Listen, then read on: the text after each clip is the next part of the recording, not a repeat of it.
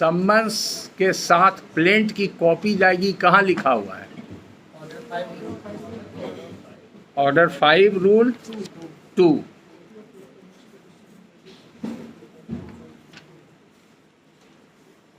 Every summon shall be accompanied by a copy of the plaint. जो लोग जानते हैं बहुत अच्छी बात है, जिनका ध्यान इस पर नहीं गया है उनका ध्यान इस पर आकर्षित होना चाहिए। जो भी प्रावधान है सब कहीं न कहीं इसमें इनकॉर्पोरेटेड है, इसलिए इसमें कोई डाउट नहीं होना चाहिए। अब देखिए, समन्स 2 तरह के होते हैं, इसमें भी कंफ्यूजन होता है। सीपीसी में जितना भी फॉर्म्स यूज होता है सब अपेंडिक्स में दिया हुआ है। इसके बारे में इंडक्शन ट्रेनिंग प्रोग्राम में बताए थे और मेरा वीडियो लेक्चर में सुनिएगा। अरेंजमेंट ऑफ सीपीसी उसका टॉपिक है, arrangement of CPC in 3 parts. तो फर्स्ट पार्ट में सेक्शन है और सेकंड पार्ट में ऑर्डर एंड रूल है और थर्ड पार्ट जो अपेंडिक्स है ABCDEFGH, ये सब अपेंडिक्स में जो फॉर्म यूज होता है सीपीसी में वो ऑलमोस्ट ऑल 99.9% फॉर्म्स इसमें प्रेस्क्राइब है। कुछ फॉर्म्स नहीं प्रेस्क्राइब है, उसके बारे में इसमें इंडिकेशन दिया हुआ कि as far as practicable this form में बी यूज्ड, और उससे भी जो बचता है वो सिविल कोड रूल्स में प्रेस्क्राइब है, और उससे भी कुछ बचता है तो बाई प्रैक्टिस कुछ एडॉप्ट किया जाता है जो हाई कोर्ट के जनरल सर्कुलर लेटर से प्रैक्टिस में चल रहा है। वो सब कुछ कुछ उसके बावजूद ही नहीं मिलता है, तो आगे एडवांस स्टेज में आपको पता चलेगा। तो आज के इनिशियल स्टेज में आपको ही जानना है कि समन्स 2 तरह का होता है जो हर सूट में जाता है। एक summons for settlement of issue and summons for final disposal of suit, 2 तरह का होता है। तो दोनों का फॉर्म अलग अलग प्रेस्क्राइब है।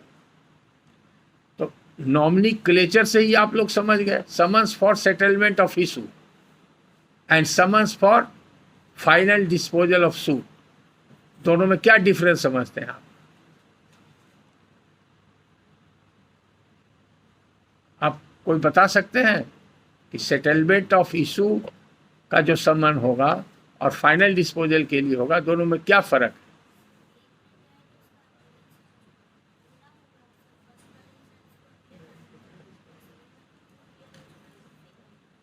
अपीयर हो गया? अपीयर फिर नहीं। देखिए यहाँ पर माइक है कि नहीं, देखिए आपकी आवाज़ और भी लोग सुनेंगे तो ठीक रहे है। देखिए तो माइक है यहाँ पर, देखिए तो आप नहीं तो उसको बुलाइए, कोई रहता है नहीं लड़का है यहाँ पर, देखिए यहीं पर रहता काम कर रहा है कि कभी कभी माइक खराब रहता है। तो वहाँ दीजिए, पहले वहाँ दीजिए। हाँ लीजिए, लीजिए माइक से बात कीजिए, लीजिए। हम नहीं सुने हैं ठीक से। Why you are shy? You are a judicial officer, don't be शाई।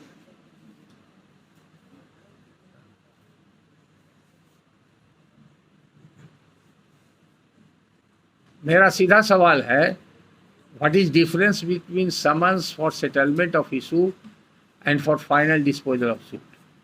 बोलिए। काम नहीं कर रहा है, मैक नहीं कर रहा है। हाँ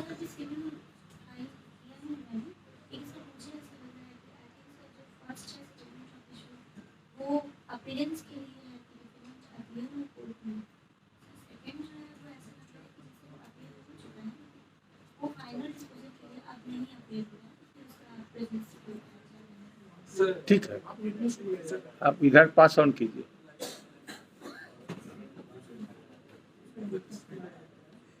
आपस में एक्सचेंज भी करना चाहिए। ये आप लोग का कभी और कई बैच में तो टेलीग्राम के जरिए बहुत सा प्रोग्राम कराया जाता था। आप लोग का भी कुछ कम्युनिकेशंस हुआ है थ्रू टेलीग्राम ग्रुप? आप लोग का जुडिशियल अफसर का बना है? ट्रेनिंग प्रोग्राम में एडीजे लोग का तो हुआ था, सवाल दिया जाता था, उसका जवाब लोग मांगते थे, बहुत तरह तरह का प्रोग्राम हुआ है। हाँ आप क्या कहना चाहते हैं, बोलिए। Sir summons for settlement of issue, for settlement of issues जो है वो फर्स्ट अपीयरेंस के लिए, समन्स फॉर फाइनल डिस्पोजल जो है वो समन्स फॉर जजमेंट है, क्योंकि ऑर्डर 37 समरी सूट्स में होता है, उसके लिए समझ जो आता है वो ऑर्डर 37 में जो समरी सूट्स हैं, हाँ हाँ उनके लिए जो समन्स फॉर जजमेंट होता है वो होगा समन्स फॉर फाइनल डिस्पोजल। हाँ, तो ये summons for final disposal summary suit order 37 में होता है। तो वो कहाँ पर लिखा हुआ है कि वो फाइनल डिस्पोजल के लिए समरी सूट में जाएगा? ये कहाँ देखें? सर वो ऑर्डर 37 में ही लिखा हुआ है। Order 37, right. अब ध्यान से सुनिए आप लोग, इसीलिए कहते हैं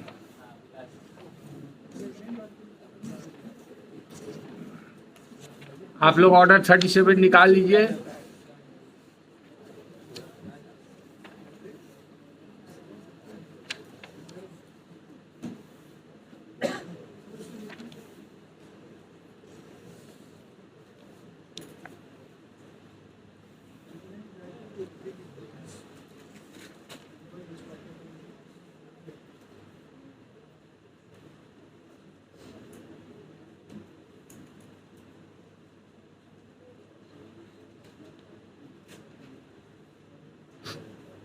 पहले ये बता देते हैं, ऑर्डर 37 डील करता है समरी प्रोसीजर।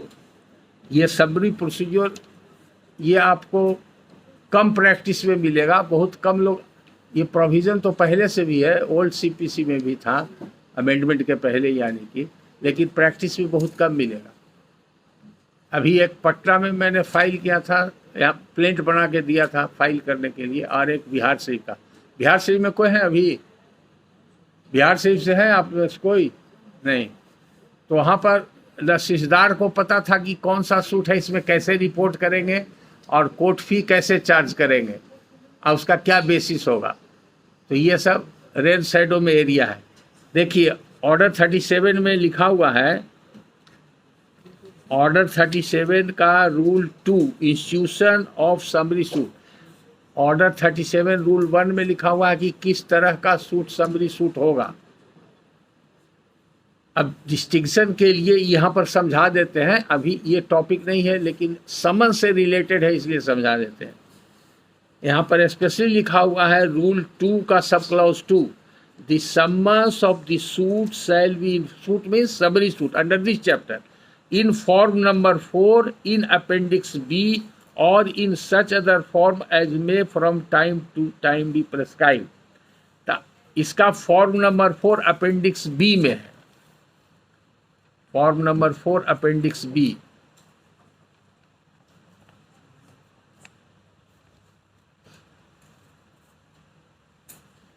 उसका हेड नोट ही है, summons is a summary suit Order 37 Rule 2, but it is correct so far as summary suit is concerned, but it is not correct so far as general suit is concerned। अब उसके लिए कहाँ है प्रावधान? Order 15, order 15, तो order 14 के बाद आएगा। वो डिफरेंस बताना चाह रहे हैं आपको। ऑर्डर 14 में सेटलमेंट ऑफ इशू होता है और ऑर्डर 15 सेटलमेंट के बाद का स्टेज है वो disposal of the suit at the first hearing. Parties not at issue, where at the first hearing of a suit it appears that the parties are not at issue on any question or on fact, the court may at once pronounce a judgment। अब इसका मतलब क्या हुआ? Parties at issue, parties not at issue, तो ये disposal of the suit के लिए समझ जाएगा, वो भी ऑर्डर 5 में ही जाएगा। सेटलमेंट ऑफ इशू के लिए ऑर्डर 5 में ही जाएगा। अब उसका देखिए फॉर्म कहाँ है।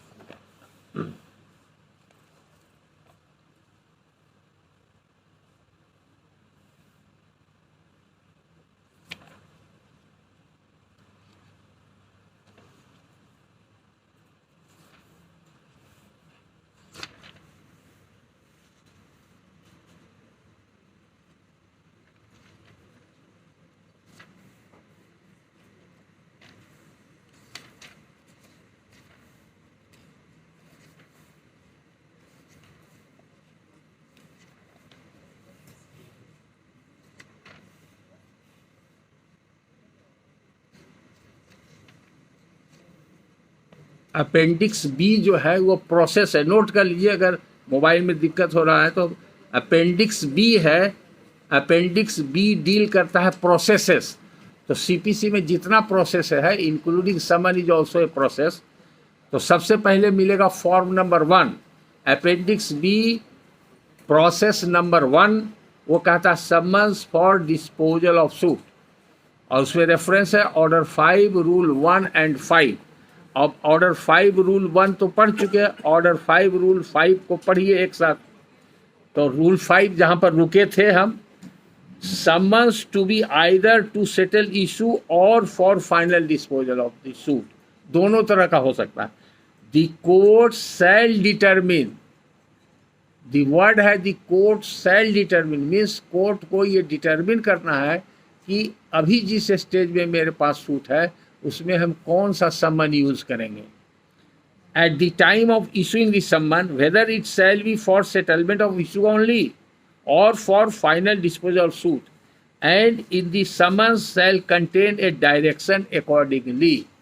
उस तरह से ऑर्डर सी से पता चला।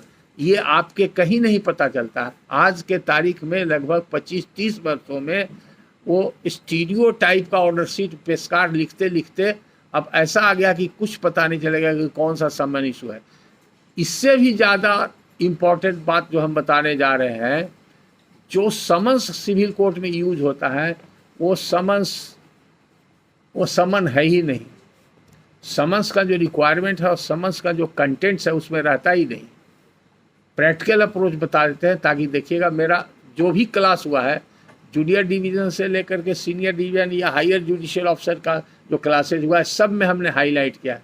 ये मैटर रेकरिंग मैटर है और आज तक अवेयरनेस नहीं रहने के कारण।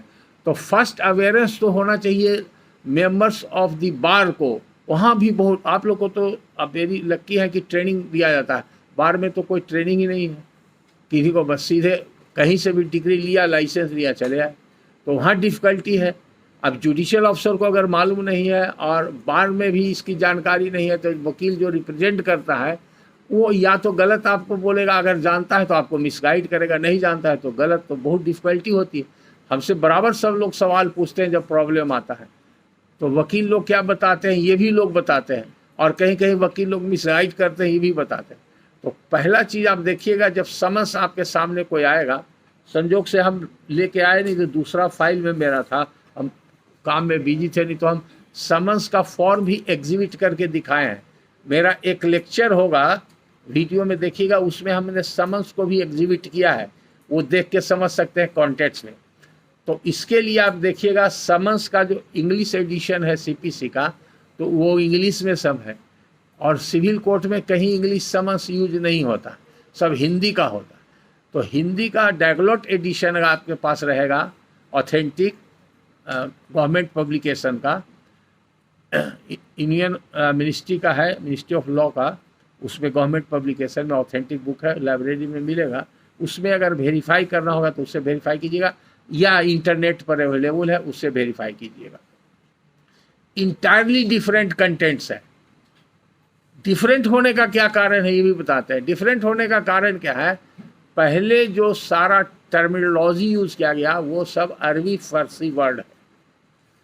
कोर्ट में जितना भी वर्ड यूज होते आ रहा है, चूंकि हजारों साल तक मुस्लिम शासन रहा और बाद में 400 साल अंग्रेज और ईस्ट इंडिया कंपनी मिला के रहा, तो अंग्रेज़ों ने एब्रप्टली चेंज नहीं किया, सैकड़ों वर्ष लग गया उसको स्टडी करने में, समझने में, सब कुछ को, सिस्टम को। और धीरे धीरे, पहले तो ब्रिटिश गवर्नमेंट का डायरेक्ट रूल नहीं था। आप लोग लीगल हिस्ट्री पढ़े होंगे तो जानते होंगे, लीगल हिस्ट्री का भी मैंने कई क्लास लिया है। तो ईस्ट इंडिया कंपनी का ही कोर्ट वगैरह बना हुआ है, कोर्ट के एस्टेब्लिशमेंट के बारे में भी बताए थे आप लोग को। तो वो लोग उर्दू का मिला हुआ जो टर्मिनोलॉजी था सब वही सब होता था।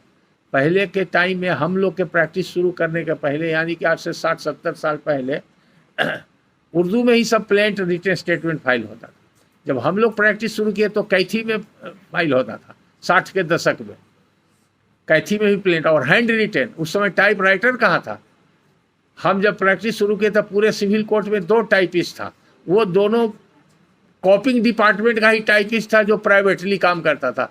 बाहर में सिविल कोर्ट में कोई टाइपिस्ट नहीं था। हम लोग जितना पिटिशन देते थे सब हैंड रिटन देते थे, प्लेट उसी टाइपिस्ट के यहाँ नंबर लगा के कि उसके यहाँ 4-4 दिन 8-8 दिन का नंबर लगता था। बाद में ग्रेजुअली धीरे धीरे धीरे टाइप मशीन का संख्या बढ़ने लगा और कुछ लोग जो बेकारी बढ़ी तो कुछ यंग स्टूडेंट लोग काम नहीं मिला तो मशीन लेके सिविल कोर्ट में बैठने लगे। तो आज तो खैर बहुत ये स्थिति थी। तो वो सब टर्मिनोलॉजी पहले वही यूज होता था।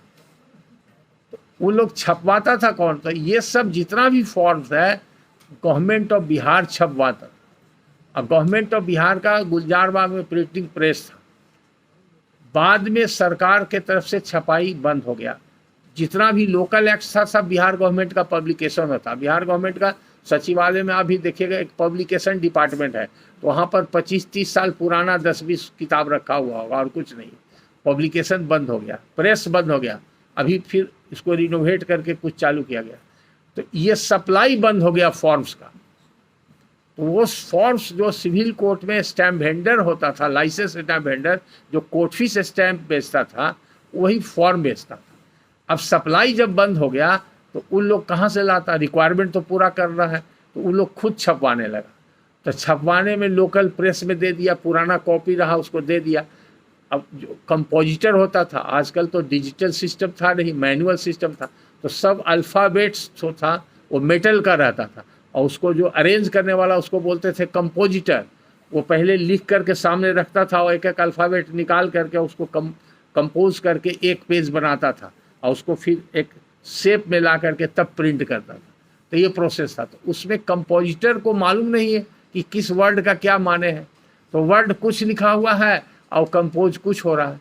ऐसा करते करते 50 वर्षों में एक भी वर्ड सही नहीं, एक भी वर्ड सही नहीं है। और अगर आपके सामने कोई समन्स आया और उस समन को आपने वैलिड डिक्लेयर कर दिया और उसके आधार पर एक्स पार्टी डिक्लेयर कर दिया, तो जो एग्रीव्ड पार्टी डिफेंडेंट है वो चैलेंज करेगा, this is no summon in the eye of law, I am not aware of the language what is written in this summon, therefore how I would suppose to appear and answer the question raised in this suit by the plaintiff. तो satisfied हो जाएगा आपका degree. ये drawback है, इस पर कभी focus नहीं दिया गया, लोग ध्यान नहीं देते हैं। वकील से तो कोई मतलब नहीं, सिविल कोर्ट के वकील बहुत बिजी हैं तो कभी देखते नहीं है। जूनियर वकील को मुंशी का सीधे कर देता है कि मुंशी का काम है, तो वहाँ पर कभी जानने का प्रयास नहीं किया गया। जब कोई इस पर कंट्रोवर्सी हुआ तब उस पर लोगों का ध्यान गया। तो कई केस लाया है, इस पर आया है, वो सब केस ला इसमें दिए हैं। अब ये जो अभी हम बता रहे हैं सब सिर्फ आपको फीडिंग सब्सटेंस दे रहे हैं, आपको फीड कर रहे हैं थोड़ा थोड़ा, ताकि ये जजमेंट को अभी मेरा जो राइटअप है उसको पढ़िएगा तो उससे आइडिया होगा। जब फुल जर्नल पढ़िएगा, अब तो इंटरनेट पर अगर इंटरेस्ट रहेगा तो निकाल के पढ़ लीजिएगा या किताब से पढ़िएगा तो आपको पूरा समझ में आ जाएगा। सिर्फ हम बैकग्राउंड बता रहे हैं जिससे कि आपको समझने में आसानी होगी। और आज जब क्लास में समझ लीजिएगा तो 20 साल बाद भी वही समझ रहेगा, यानी कि आपके ब्रेन में प्रोग्रामिंग हो जाएगा, कहीं कोई डिफिकल्टी नहीं होगी। और जब 66 में हमको लॉ में टीचर जो हमको पढ़ाए थे, आज तक वो प्रिंसिपल याद है 2-3 लॉ का, जिस पर मैंने सैकड़ों केस कंडक्ट किया उसी प्रिंसिपल पर। अब सोच सकते हैं, I am carrying that in my memory since last 52 years of my practice. हम समझते हैं आप लोगों से कोई 52 ईयर्स के नहीं होंगे। I started my practice before your birth. एक जुडिशियल अफसर पता नहीं आप लोगों से है कि आप ही के बैच के शायद होंगे, उनकी मदर हाई कोर्ट में एडवोकेट हैं। यहाँ पर है कोई जिनकी मदर हाई कोर्ट में एडवोकेट है? नहीं है। तो हो सकता है आप लोग का 4-5 बैच है दे ट्रेनिंग प्रोग्राम में, या 7 बैच, जो भी हो, मेरे ख्याल से आप ही के बैच में। इसलिए कि लॉकडाउन के पहले हम हाई कोर्ट में बार एसोसिएशन में जहाँ बैठते हैं, एक लेडी एडवोकेट आई मिडिल एज की, हमसे प्रणाम किया और पर से पूछी कि सर आप एकेडमी में पढ़ाते हैं? वो यहाँ पढ़ाते हैं। तो मेरा लड़का भी जुडिशियल ऑफिसर है, तो नाम भी कुछ बताई थी लेकिन भूल गए, जो आपका क्लास से बड़ा इम्प्रेस है। तो उसके बाद फिर चुप हो गए हम कि और कुछ बोला है। तो कहा कि कहा उसने जुडिशियल ऑफिसर ने कहा कि मम्मी जो पढ़ाते हैं, जो उनका नाम हम नहीं जानते, शायद नाम भी नहीं बताया था मेरा। फर्स्ट डे था या क्या था, तो लेकिन उनका चेहरा नाना जी से एकदम मिलता है। तो हम पूछे कि उसके नाना जी तो आपके पापा हुए, क्या ये बात सही है कि मेरा फेस रिजेंबल करता है आपके पिताजी? कि हाँ सर एग्जैक्टली, हम यही वेरीफाई करने के लिए आए थे।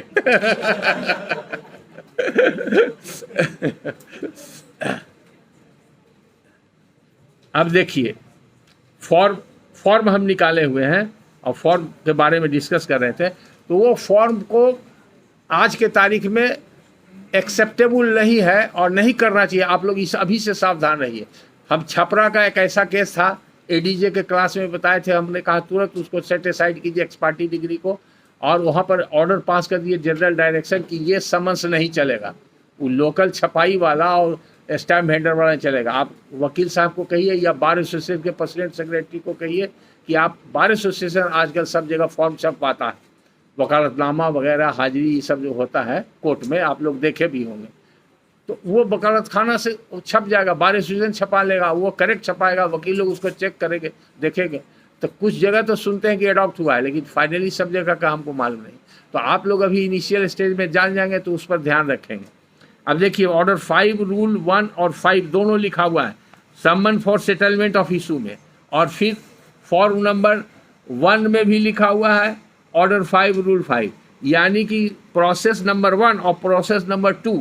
प्रोसेस नंबर 1 जो कहता है अपेंडिक्स बी का summons for disposal of suit, और ये कहता है summons for settlement of issue. Form number 2, अब देखिए बड़ा इंपॉर्टेंट इसलिए हो जाता है कि उसको फॉर्म नंबर 1 बनाया गया, summons for disposal of suit form number 1 बनाया गया, जबकि होना चाहिए उसको फॉर्म नंबर 2, और फॉर्म नंबर 2 को बनाया गया समन फॉर सेटलमेंट ऑफ इशू। तो डिस्पोजल ऑफ सूट कब होता है, इस पर ध्यान देने की बात है। अगर ये समझ में आता है summons for disposal of suit, इसका मतलब क्या हुआ, अगर आप प्लेन जो आज अभी आपका सिविल कोर्ट रूल्स में कुछ अमेंडमेंट हुआ है और कुछ आप लोग का हाई कोर्ट का इंस्ट्रक्शन है, आप जाइएगा सिविल कीजिएगा तो देखिएगा, आजकल प्लेंट फाइल होता है तो एडमिशन पर सुनवाई होती, हम लोग के ज़माने में नहीं होता था। प्लेंट फाइल क्या है, जो मैटर ऑफ कोर्स एडमिट हो गया।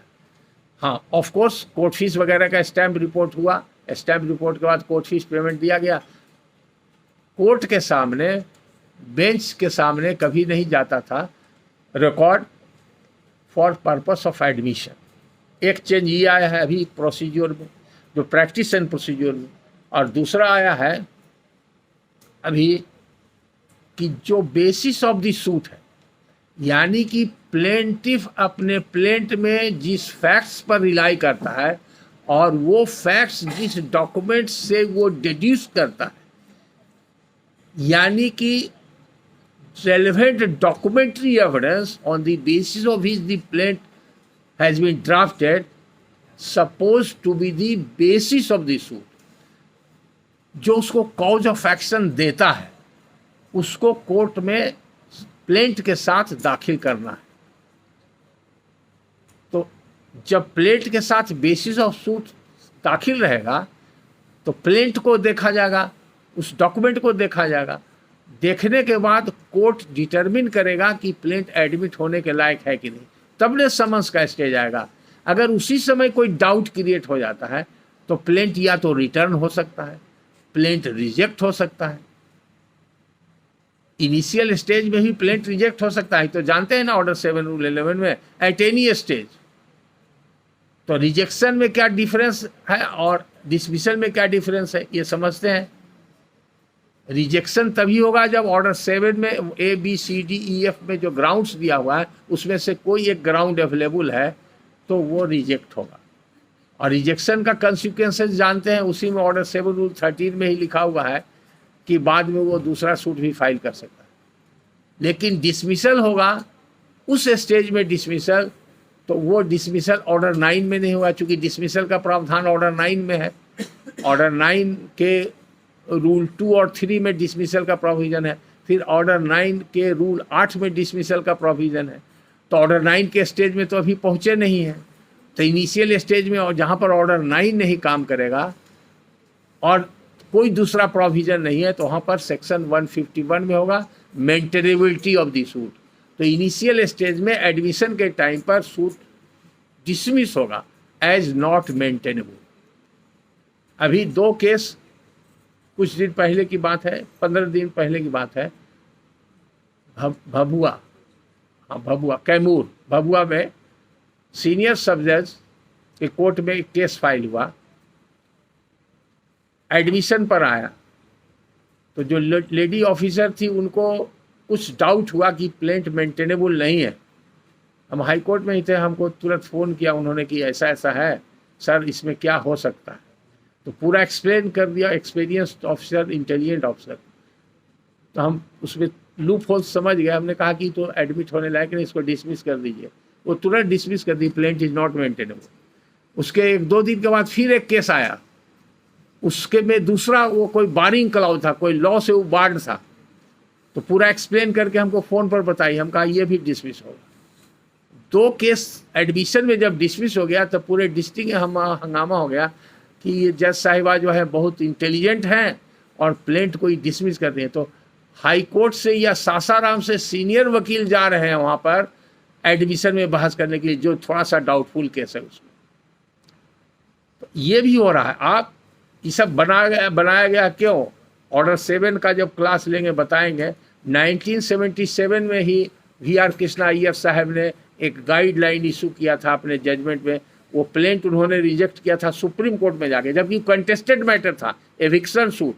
ट्रायल कोर्ट से हाई कोर्ट होते हुए सुप्रीम कोर्ट गया, contested judgment on merit, but in spite of that plaint was rejected by the supreme court and guideline was given. उसमें वकीलों के लिए भी गाइडलाइन है। टी अरविंदम का केस है 1977 सुप्रीम कोर्ट। आपको अगर इंटरेस्ट के लिए जानना चाहते हैं तो हम रेफरेंस बता देते हैं।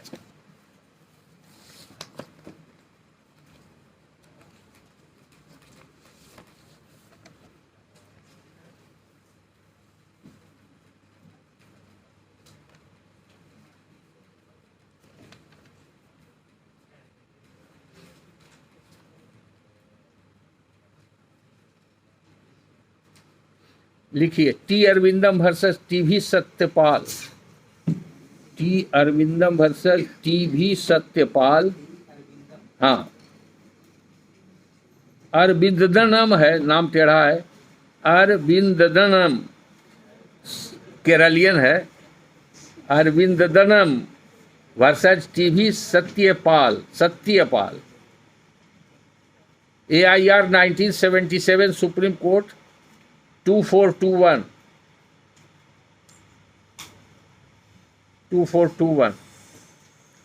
इसका पारा 7 और पारा 11 बहुत रेलिवेंट है। एक पारा में वकीलों का ड्यूटी बताया गया है, एक पारा में जज का ड्यूटी बताया गया है।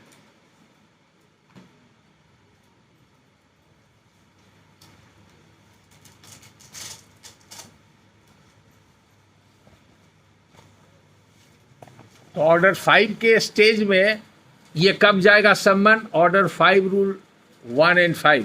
ये जो सम्मन फॉर फाइनल डिस्पोजल है, देखिए ये क्या नाम आप बोलिए अपना, व्हाट इज योर नेम? गीतिका। आप कहाँ पोस्टेड हैं? छपरा। तो गीतिका जी ने जो कहा, और आपका क्या नाम हुआ? शिवम ने यहाँ से ट्रेवल करके ऑर्डर 5 से सीधे ऑर्डर 37 पॉइंट आउट किया। Now you appreciate, you are wrong. 37 का ये ऑर्डर 5 में 37 वो ऑल टुगेदर डिफरेंट मैटर है, वो इसमें नहीं है। ये समझ में आया कि नहीं आया? नहीं आया, और इसलिए हम पूछ रहे हैं, हमको लगा वो ऑर्डर 37 में अलग से जाता है, अलग से समझ जाता है। To that extent he is right. वो चूंकि समरी सूट है एंड ही सो अवेयर कि अप टू डेट है, पढ़े हुए हैं, ठीक है। लेकिन अभी क्वेश्चन है, यहाँ पर क्वेश्चन है ऑर्डर 5 से रिलेटेड। तो ऑर्डर 5 से रिलेटेड, ऑर्डर 5 में रूल 1 और रूल 5। रूल 1 कहता है फॉर सेटलमेंट ऑफ इशू और रूल 5 कहता है डिस्पोजल ऑफ द सूट। अब इसी के अंतर्गत होगा तो उसका 2 ही फॉर्म है, process number 1 and process number 2 appendix B. अब क्यों ऐसा है इसको डिस्पोजल ऑफ सूट का माने इससे सिग्निफिकेंट ही होता। डिस्पोजल सूट कब होगा? एक ऑफिसर ने कहा कि वो जब नहीं अपीयर करेगा, समन सर्व हो जाएगा, तब जाएगा फाइनल डिस्पोजल के लिए, वो भी सही नहीं। और समरी सूट में जाएगा, वो भी सही नहीं। समरी सूट में अलग से जाएगा, ये सही। समरी सूट में ये प्रोसेस नहीं जाएगा, वो अलग प्रोसेस है, उसका फॉर्म अलग है, वो जाएगा। अब इसको कंटेंट्स को समझ गए, दोनों फॉर्म के कंटेंट्स को पढ़िएगा तो डिफरेंस समझ में आ जाएगा। तो डिस्पोजल ऑफ सूट के में क्या कंटेंट्स है, ये पढ़ने के बाद आपको समझ में डिस्टिंक्शन आएगा। अगर आपके पास है तो निकाल लीजिए, नहीं तो हम पढ़ के सुनाते हैं। वेयर एज, ये सब नाम दिया रहता है। Has instituted a suit against you for, किस बात के लिए रिलीफ रहता है? You are here by summon to appear in this court in person or by a pleader duly instructed and able to answer all material questions relating to the suit, or who shall be accompanied by some person able to answer all such questions on so and so day to answer the claim, and as the day fixed for your appearance is appointed for the final disposal of suit, you must be prepared to produce on that day all the witnesses upon which evidence and all the documents upon which you intend to rely in support of your defense. Take notice that in default of your appearance on the day before mentioned, the suit will be heard and determined in your absence. अब देखिए, form number 1 जो है, ये settlement of issue के पहले और settlement of issue के बाद ऐसा अपेरेंटली लगता है कि इस्तेमाल हो सकता है। लेकिन जब फॉर्म नंबर 2 पढ़ते हैं तब देखिए इसमें क्या लिखा हुआ है। You are here by summon to appear in this court in person और by a pleader duly instructed and able to answer all material questions relating to suit, और who shall be accompanied by some person able to answer all such question अपना to answer the claim, and further you are hereby directed to file on that day a written statement of your defense and to produce on the said day all documents in your possession and your power which you base your defense or claim or set off or counter claim, and where you rely on any other document, whether it your possession or power or not, as evidence in support of your defense or claim or set off or counter claim, you shall enter such document in a list to be annexed in the written statement. ये पूरा form number 2 जो है settlement of issue के लिए है। तो आप जानते हैं कि सेटलमेंट ऑफ इशू कब होता है? जब प्लेंटिफ कोई फैक्ट अलेज करता है और डिफेंडेंट अपने रिटन स्टेटमेंट में उसको कंट्रोवर्ट करता है या डिनाई करता है, एक एस्पेक्ट ये है। दूसरा, वो अपना डिफेंस वर्सन भी उसमें असर्ट कर सकता है। तो दोनों एस्पेक्ट हैं। तो जो फैक्ट प्लेंटिफ ने अलेज किया और उसको डिफेंडेंट ने कंट्रोवर्ट किया या डिनाई किया, तो वो डिस्प्यूटेड क्वेश्चन हो गया। तो वही डिस्प्यूटेड क्वेश्चन इशू होता है और वही इशू का ट्रायल होता है। तो जब भी सूट का ट्रायल होगा तब पहले उसमें इशू प्रूव होगा। तो ऑर्डर 14 रूल 1 ही कहता है कि अगर question, if a fact is admitted by one party and denied by other party, then it becomes a question of fact. उसी तरह से if a question is raise a question of law by one party and denied by other party, then it becomes a question of law. तो order 14 rule 1 speaks of 2 type of issues. One is a issue of fact, other is a question, issue of law. लेकिन by experience or according to necessity, there are some issues regarding which there is no provision, a specific provision in order 41, which says that there may be a issue, mixed question of fact and law. तो ये issue का stage कब आएगा?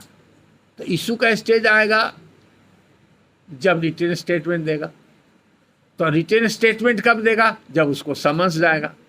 उसको क्या पता है defendant को कि हमारे ऊपर किसने केस किया है। जैसे अगर आपके यहाँ जब तक इन्विटेशन कार्ड नहीं आएगा तो आप कैसे जाइएगा डिनर में? तो इन्विटेशन कार्ड के लिए वेट करेगा। तो वो डिफेंडेंट का समझिए इन्विटेशन कार्ड है। तो डिफेंडेंट को तो इन्विटेशन कार्ड में वेन्यू मेनू सब रहता है दिया हुआ तो उसके बारे में लिखा हुआ रहेगा प्लेंट में। तो डिफेंडेंट को जब जाएगा समन्स, तो यही समन जाएगा, क्योंकि उसको रिटन स्टेटमेंट के लिए डायरेक्शन दिया गया है, और जब रिटन स्टेटमेंट देगा तभी सेटलमेंट शुरू होगा। इसलिए इस फॉर्म का नॉमिनिक्लेचर बना दिया गया, summons for settlement of issue. ये सेकेंड स्टेज में रखा गया। क्यों रखा गया सेकेंड स्टेज में? कि फर्स्ट स्टेज में जो डिस्पोजल ऑफ द सूट, वो disposal of the suit before इस सेटलमेंट ऑफ इशू के लिए कहता है। तो before settlement of issue which disposal हो सकता है, जो अब आप सुनते हैं। अब जो एडमिशन पर आप प्लेंट सुन रहे हैं, आप डिफेंडेंट को भी इस फॉर्म नंबर 1 का नोटिस भेज सकते हैं कि क्यों नहीं ये प्लेंट एडमिट कर लिया जाए। आपको क्या कहना है? यानी कि before admission of the plaint, if you want to hear the defendant, उसके लिए ये समन है, जो ये प्रयोग में कम होता है, नहीं के बराबर होता है। और जब सेटलमेंट ऑफ इशू का हम समन्स भेज दिए और समन्स सर्व हो गया, डिफेंडेंट अपीयर कर गया, तो 2 कंसिक्वेंसेज है, या तो रिटन स्टेटमेंट देगा या नहीं देगा, या उसके पहले वो अपीयर करेगा या नहीं करेगा।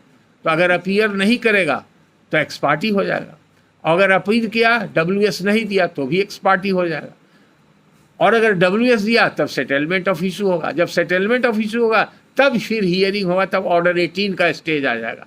तो प्लेंटिफ एविडेंस देगा, ओरल डॉक्यूमेंट्री, फिर उसके बाद डिफेंडेंट देगा, फिर ओरल आर्गूमेंट्स होगा, रिटन आर्गूमेंट्स देगा, तब जजमेंट का स्टेज जाएगा, तब ऑर्डर 20 का स्टेज आएगा।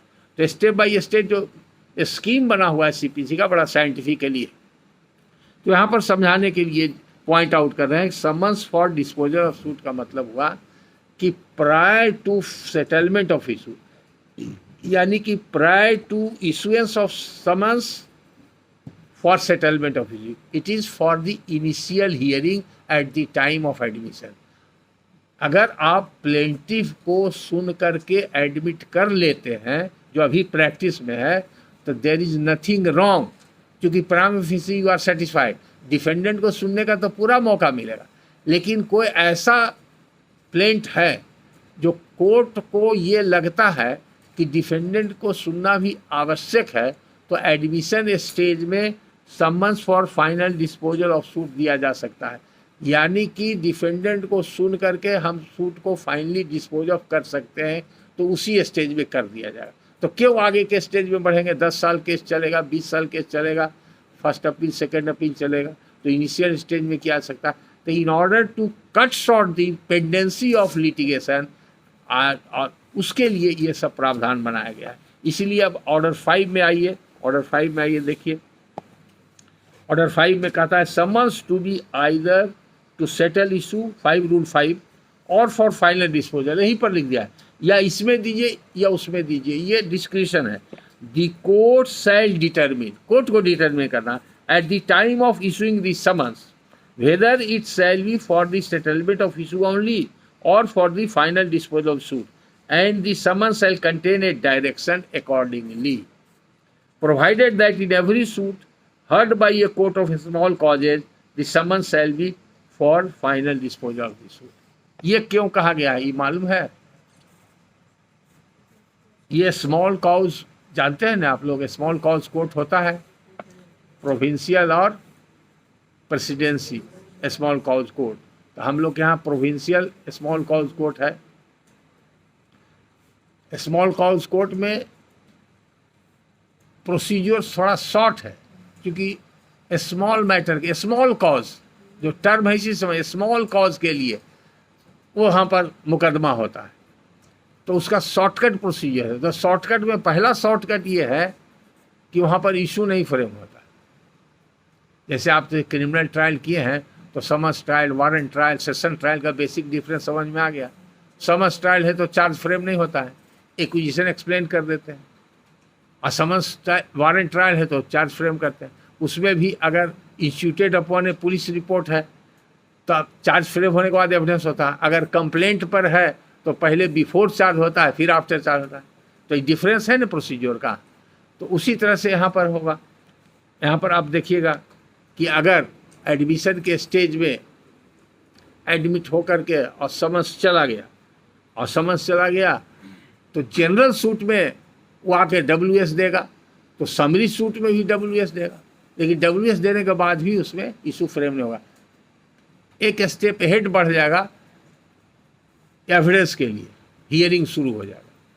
हियरिंग का मतलब दोनों होता है, आप लोग जानते हैं। Hearing means taking of evidence and hearing oral submissions and arguments.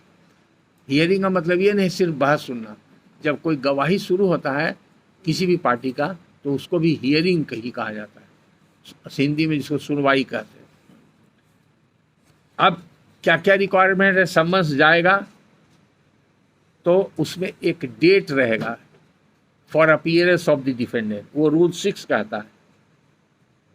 Rule 7 कहता है कि डिफेंडेंट को डॉक्यूमेंट प्रोड्यूस करने के लिए भी डायरेक्शन दिया जा सकता है। वो इसलिए है कि पहले प्रैक्टिस में नहीं अडॉप्ट किया जाता था। ऑर्डर 7 में, ऑर्डर 8 में 77 अमेंडमेंट के पहले से प्रावधान बना हुआ है कि plaintiff shall file all the documents upon which the plaintiff relies along with the plaint. उसी तरह से ऑर्डर 8 में भी बना हुआ है कि defendant shall file all the documents upon which he relies in his written statement. लेकिन लोग फाइल नहीं करते थे और इसका कोर्ट कॉग्निजेंस नहीं लेता था। जब हियरिंग स्टार्ट हो जाता था तब लोग डॉक्यूमेंट फाइल करते थे। तो इसलिए उसको चेक एंड बैलेंस करने के लिए एक प्रावधान बनाया गया ऑर्डर 13। ऑर्डर 13 में कह दिया गया कि अगर आप प्लेंट और WS के साथ अपना डॉक्यूमेंट नहीं फाइल किए हैं तो उसके लेटर स्टेज में आपका डॉक्यूमेंट नहीं लिया जाएगा। क्यों नहीं लिया जाएगा? कि आपका जो स्टैट्यूटरी ऑब्लिगेशन था उसको आपने कंप्लाई नहीं किया, तो आपने प्रोसीजर लॉ को वायलेट किया और उसके वजह से प्रोसेस ऑफ कोर्ट को मिसयूज किया, तो आपका डॉक्यूमेंट नहीं लिया जाएगा अनलेस यू आर पेनलाइज्ड। तो ऑर्डर 13 में बना दिया गया प्रोविजन कि अगर बिलेटेड स्टेज में डॉक्यूमेंट फाइल करता है, यानी कि WS के साथ या प्लेंट के साथ नहीं करता है, तो वो कोर्ट से लीव लेगा और लीव के बाद कोर्ट उसको लीव देगा, रीजनेबल एक्सप्लेनेशन है तो, और तब उसको परमिट करेगा कि आपका डॉक्यूमेंट एक्सेप्ट किया जाता है। तो लीव जब देगा तो कुछ कॉस्ट लगा देगा, कुछ पेनल्टी देगा। उसके बाद भी नहीं लोग फाइल कर रहे थे, तो अब थोड़ा उसी प्रोविजन को स्ट्रिक्टली ऑब्जर्व किया जा रहा है कि आपको देना ही देना। अगर प्लेंट के साथ नहीं देंगे तो आपका एक्सेप्ट नहीं होगा, रिटन स्टेटमेंट के साथ नहीं देंगे तो आजकल रिटन स्टेटमेंट भी एक्सेप्ट होता है, उसका भी फॉर्मल चेकिंग होता है और वेरिफिकेशन होता है, और उसके बाद कहा जाता है कि इनका रिटन स्टेटमेंट स्वीकृत किया जाता है। चूँकि पहले लिमिटेशन नहीं था, आप सब जानते हैं, 2002 के अमेंडमेंट से लिमिटेशन आ गया, और लिमिटेशन के बाद भी फाइल हो सकता है, उसके लिए प्रावधान है, काफ़ी बताया गया है उस पर। तो लिमिटेशन के बाद भी कोर्ट एक्सेप्ट कर सकता है, तो वहाँ भी पेनल्टी कॉस्ट के रूप में उसको लगाया जा सकता है। तो ये सब देखते हुए यहाँ तक समन्स का जहाँ तक सवाल है कि उसमें डेट फिक्स रहेगा। अगर डॉक्यूमेंट प्रोड्यूस नहीं किया है तो डायरेक्शन भी डॉक्यूमेंट्स का दे सकते हैं, और ये इनिशियल स्टेज के लिए भी है और हियरिंग के स्टेज के लिए भी है। अगर हियरिंग के स्टेज में डिफेंडेंट के पास कोई डॉक्यूमेंट है और उसका रेलिवेंसी है तो उसको प्रोड्यूस करने के लिए कोर्ट डायरेक्शन दे सकता है, वो ऑर्डर 5 रूल 7 में लिखा हुआ है। अब issue of summons for final disposal, rule 8, where the summons is for the final disposal of the suit, it shall also direct the defendant to produce on the day fixed for his appearance all witnesses upon whose evidence he intends to rely in support of his case. अब देखिए, एक तो बता दिया कि initial stage में हो सकता है, अब लेटर स्टेज में भी हो सकता है। लेटर स्टेज में यह ऐसा पहले देखा गया है, जब ये प्रोविज़न इंट्रोड्यूस हुआ CPC में, तो ये देखा गया, जिसको कि लॉ कमीशन ने कॉग्निजेंस लिया, तब ये प्रोविज़न को इंक्लूड किया गया कि आजकल तो हर डेट में हाजिरी पड़ती है, प्लेंटिफ की हाजिरी है। आपका रिकॉर्ड इतना मोटा हो जाता है, फाइल A, B, C जो फाइल का अरेंजमेंट है, तो उसमें हाजिरी और पैरवी रहता है, टाइम पिटिशन रहता है। कहीं CPC में है प्रावधान, हाई कोर्ट रूल्स में है, सिविल कोर्ट रूल्स में है, कहीं नहीं। ये बाय एंड लार्ज आज प्रैक्टिस में है, ये प्रैक्टिस में आ गया, आई प्रोसीजर एंड प्रेसिडेंट के रूप में माना गया। दूसरा, इसका दूसरा पक्ष है, वकीलों को इससे कुछ मॉनेटरी बेनिफिट है। दस्खती की प्रथा है, जब हाजिरी पर वकील दस्खत करता है तो कुछ पेमेंट, हम लोग के ज़माना में 1 रुपया था, 1 रुपया से 2 रुपया हुआ, 5 रुपया हुआ, 10 रुपया हुआ, अभी तो 20, 50, 100 कितना है नहीं जानते। उसको दूसरे फॉर्म में लोग अब फॉर्म के रूप में लेते हैं। तो ये दूसरा कोर्ट को सुविधा थी कि कौन पार्टी किस केस में अपीयर कर गया है और रेडी है, सूट रेडी है कि नहीं ये देखने के लिए उसका जो पैरवी होता था, हाजिरी दिया जाता, उससे पता चलता दोनों पार्टी का हाजिरी है, इसका माने दोनों पार्टी रेडी है। तो ये कुछ कोर्ट को भी सुविधा होता, इसलिए इसको किसी ने कॉग्निजेंस ले लिया, धीरे धीरे ये परिपाटी बन गई, but it is not the requirement of law. तो अगर मान लीजिए कि आज हमने सेटलमेंट ऑफ समन्स के आधार पर अपीयर होके WS दिया, WS देने के बाद हमको कोई पैरवी करने की जरूरत है। आप अगर कल मेरा केस खोल दीजिएगा तो हम अपना एविडेंस के साथ तैयार रहेंगे। तो आप 10 साल के बाद तो 10 साल तक वो कोर्ट में क्यों आएगा, क्यों हर डेट पड़ेगा, और क्यों डेट पड़ रहा है, ये सब गलत हो रहा है। लेकिन जो हो रहा है, while in Rome behave like Roman, it is not required to be done, लेकिन यही हो रहा है। अगर आपका ऑर्डर सीट प्रॉपरली ड्रॉन नहीं है तो it will be A question mark कि आपका लिखा नहीं, डेट नहीं कर रहा है। तो जब हियरिंग का डेट ही नहीं है, हमको याद है बहुत ज़माने की बात है, कोई जुडिशियल ऑफिसर थे जो हर सिविल सूट में, जैसे नया सूट फाइल हुआ और सेटलमेंट ऑफ इशू वगैरह हो गया, उस समय तक लोग प्रॉम्प्ट रहते थे। उसके बाद देखे कि अभी ये हियरिंग इसका टेकअप नहीं होगा तो 6 मंथ्स का डेट देते थे, 6 मंथ्स का लगाते थे। अभी तो आपका जो डायरेक्शन उसको फॉलो कीजिए, हम सिर्फ बैकग्राउंड बता रहे हैं, हम आपको पूरा जानकारी दे रहे हैं कि तब क्या था, अब क्या है, आपको क्या करना है। तो वो बैकग्राउंड बता रहे हैं और किस स्थिति में ये सब चेंजेज आया है। आज के तारीख में आप लंबा डेट देते हैं, नहीं देते हैं, क्या इंस्ट्रक्शन है, और एक और अलग रूल्स भी आ गया है, क्या है, civil court cases flow management rules, वो सब आप लोग आए। हाँ हाँ ठीक है, तो 3 महीना दीजिएगा। तो CIS का रूल्स आपके पास है, देखें आप लोग CIS का रूल, CIS का रूल भी आ गया है, कोई हमको बताए हैं, आई एम सर्चिंग। अगर आप लोग को ध्यान दीजिएगा, अगर इंटरनेट से अगर किन्हीं को मिलता है तो CIS जो है आप रूल्स हमको फॉरवर्ड कर दीजिएगा। देखिए राइटअप में मेरा व्हाट्सअप नंबर लिखा हुआ होगा, देखिए तो आपके लास्ट पेज में वो 9431 वाला पर व्हाट्सअप है, लास्ट पेज में होगा, मेरा एड्रेस होगा तो उसके नीचे में होगा। यूट्यूब का भी लिखा हुआ है कि नहीं, यूट्यूब नहीं है इसमें लिखा हुआ, मेल ID नहीं। यूट्यूब तो आप लोग सब जान ही गए, सब्सक्राइब कर लिए ना अभी सब लोग, जो नहीं किए थे कर लिए ना। हाँ ठीक, अब सिर्फ सब्सक्राइब करने से फ्री टाइम में सुनिएगा जब आपको मौका मिलेगा, और कभी प्रॉब्लम आएगा तो प्ले लिस्ट में सर्च कीजिएगा कि कौन सा टॉपिक है, उस पर लेक्चर अवेलेबल है। तो अब बहुत सा जजमेंट भी लिखाया हुआ है मेरा। तब